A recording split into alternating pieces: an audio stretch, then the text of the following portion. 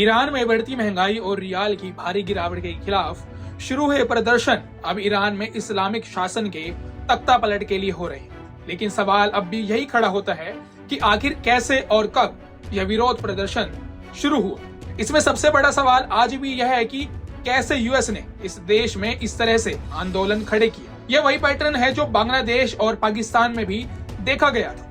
आइए समझते हैं कैसे अमेरिका ने अपनी नीति से इस देश की दशा और दिशा को पूरी तरह से बदल दिया है। ईरान में विरोध प्रदर्शन की शुरुआत सितंबर 2022 में हिजाब को लेकर हुई, जब 22 वर्षीय महसा अमीनी पुलिस हिरासत में मृत पाई गई। धीरे धीरे यह विरोध प्रदर्शन आर्थिक मुद्दों जैसे रियाल की गिरावट और महंगाई तक फैल गया। अब यह प्रदर्शन राजनीतिक स्तर पर जाकर सरकार के खिलाफ चुनौती बन गया है। जानकारी के अनुसार अमेरिकी दबाव और प्रतिबंधों ने इस असंतोष को हवा दी, जिससे ईरान के आंतरिक संकट को बढ़ावा मिला, जो विश्व का एक बड़ा तेल उत्पादक देश है। अपनी अर्थव्यवस्था को वैश्विक स्तर पर बढ़ा नहीं सका क्योंकि अमेरिका ने इसके निर्यात और निवेश पर रोक लगा दी।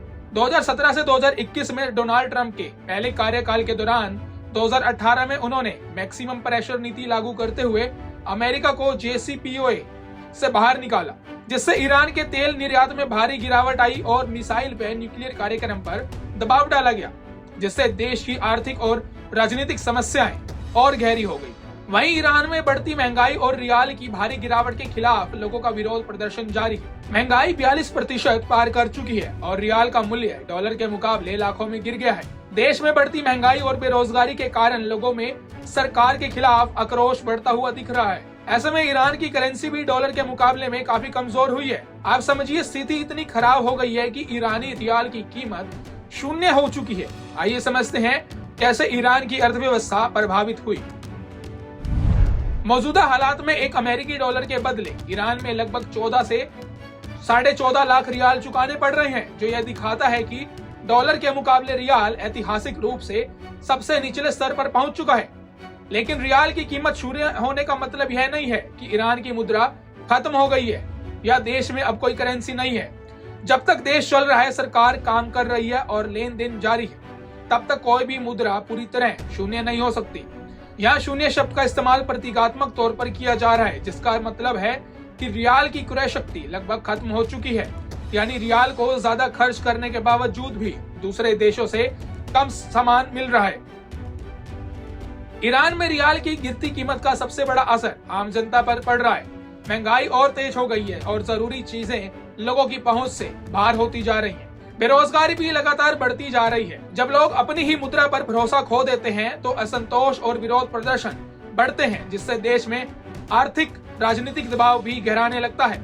1977 के दौर से शुरू हुई सरकार के खिलाफ लोगों की बगावत ने इतिहास बदलने पर मजबूर कर दिया था। ईरान की राजनीतिक व्यवस्था बदली, लेकिन आम जनता की आर्थिक परेशानियां तब भी बनी रही और आज फिर वही इतिहास खुद दोहराता हुआ दिखाई दे रहा है। 1979 में एक अमेरिकी डॉलर की कीमत लगभग 70 रियाल के बराबर थी और आज के वक्त में एक अमेरिकी डॉलर की कीमत लगभग 14 लाख से 14.5 लाख ईरानी रियाल के बीच है। 1977 से 1979 दौर का सच। ईरान में 1970 से शुरू हुए सरकार विरोधी प्रदर्शनों ने 1979 में इस्लामिक क्रांति का रूप ले लिया। शाह मोहम्मद रजा पहलवी के शासन के खिलाफ महंगाई, बेरोजगारी, भ्रष्टाचार और राजनीतिक दमन को लेकर जनता सड़कों पर उतर आई। हालात बिगड़ते चले गए और जनवरी 1979 में शाह को देश छोड़ना पड़ा। इसके बाद फरवरी 1979 में निर्वासन से लौटे अयातुल्लाह रूहुल्लाह खुमैनी के नेतृत्व में ईरान में राजशाही का अंत हुआ और इस्लामिक गणराज्य की स्थापना हुई, जिससे देश की राजनीतिक व्यवस्था को पूरी तरह बदल दिया। इन विरोध प्रदर्शनों के बीच अमेरिका और ईरान के रिश्तों में भी तीव्र तनाव देखने को मिल रहा है।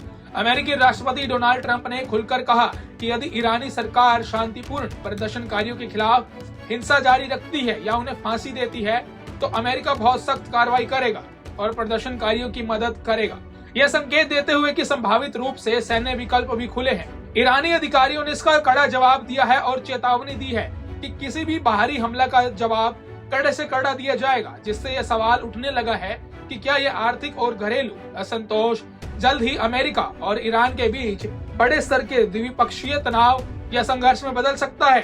बहरहाल, आर्थिक संकट, बढ़ता आक्रोश और अंतर्राष्ट्रीय तनाव, अब बड़ा सवाल यही है कि क्या ईरान एक बार फिर इतिहास के मोड़ पर खड़ा है फिलहाल के लिए इस खबर में इतना ही। देश और दुनिया की तमाम बड़ी खबरों के लिए देखते रहिए पंजाब केसरी टीवी।